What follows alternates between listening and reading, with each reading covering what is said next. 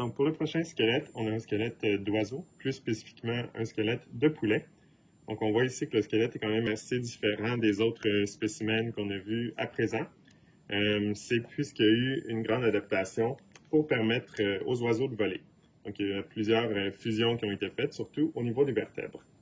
Donc si on commence au niveau des différentes structures à apprendre, évidemment, il y a le crâne ici.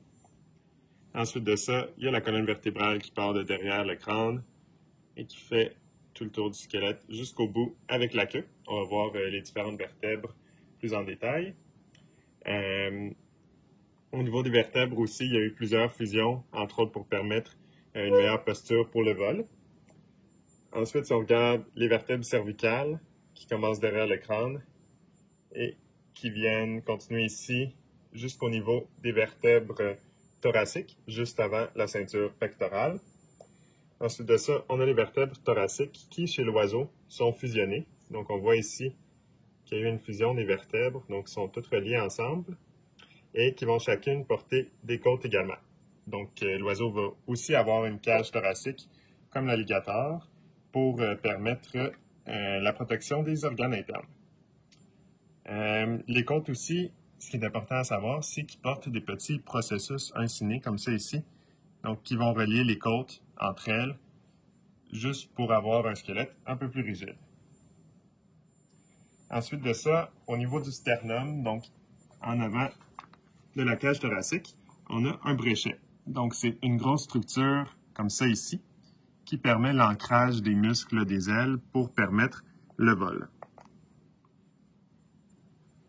Si on continue au niveau des vertèbres, on va avoir une nouvelle structure ici spécifique aux oiseaux qui s'appelle le sein sacrum.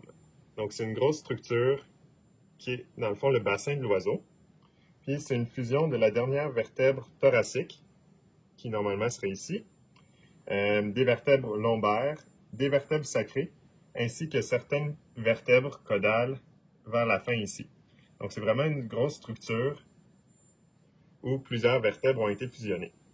C'est également la structure qui porte les membres postérieurs, donc qui normalement serait la ceinture pelvienne, mais ici, on a un sein sacrum.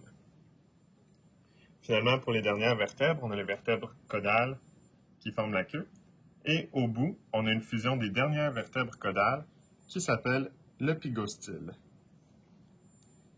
Pour les membres antérieurs, donc généralement des ailes, c'est des membres qui sont adaptés au vol, avec les doigts qui sont réduits.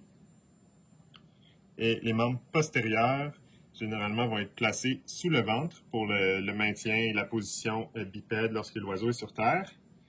Puis, les doigts, généralement, sont adaptés selon les différents oiseaux pour leur mode de vie, comme on a vu dans le cours des oiseaux, soit pour marcher, grimper, se percher, etc.